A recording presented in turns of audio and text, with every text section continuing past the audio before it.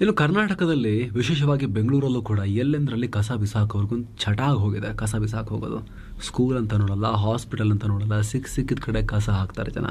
ಅವ್ರ ಮನೆ ಕ್ಲೀನ್ ಆಗಿದ್ರೆ ಆಯ್ತು, ಗೂಡ್ಸ್ ತಗೊಂಬ ಹೆಂಗ್ ಹೊರಗಡೆ ಹಾಕು, ಬೈಕಲ್ಲಿ ತಗೊಂಬ ಕಳ್ಳನ್ ಥರ ಹಾಕೋಗು. ಎಂಥವ್ರು ಏನು ಮಾಡಬೇಕಂತನೂ ಗೊತ್ತಾಗೋದಿಲ್ಲ, ಹೇಳಿದ್ದು ಯಾರೂ ಕೇಳೋದು ಇಲ್ಲ.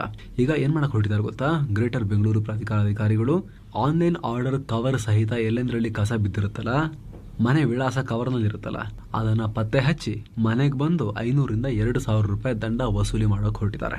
ಕ್ರಮ ಶುರು ಮಾಡಿದ್ದಾರೆ. ಈ ಕ್ರಮದ ವಿಡಿಯೋ ಈಗ ವೈರಲ್ ಆಗ್ತಿದೆ. ಪ್ರತಿದಿನ 20ಕ್ಕೂ ಅಧಿಕ ಮಂದಿಗೆ ಇಂಥ ದಂಡವನ್ನು ವಿಧಿಸಲಾಗ್ತಿದೆ. ಆದರೆ ಇನ್ನು ಪ್ಲಾಸ್ಟಿಕ್ ಕವರ್ನಲ್ಲಿ ಹಾಕಿ ಹೋಗೋರಿಗೆ ಏನು ಮಾಡೋದು, ಅಡ್ರೆಸ್ ಸಿಗಲಿಲ್ಲ ಅಂದರೆ ಏನು ಮಾಡ್ತಾರೆ, ಈ ಪ್ರಶ್ನೆ ಕೂಡ ಇದೆ. ಈ ಪ್ರಶ್ನೆಗೆ ಉತ್ತರ ಏನು ಗೊತ್ತಾ, ಜನ ಸ್ವಲ್ಪ ಕಾಮನ್ ಸೆನ್ಸ್ ಬೆಳೆಸ್ಕೋಬೇಕು ಅಷ್ಟೇ.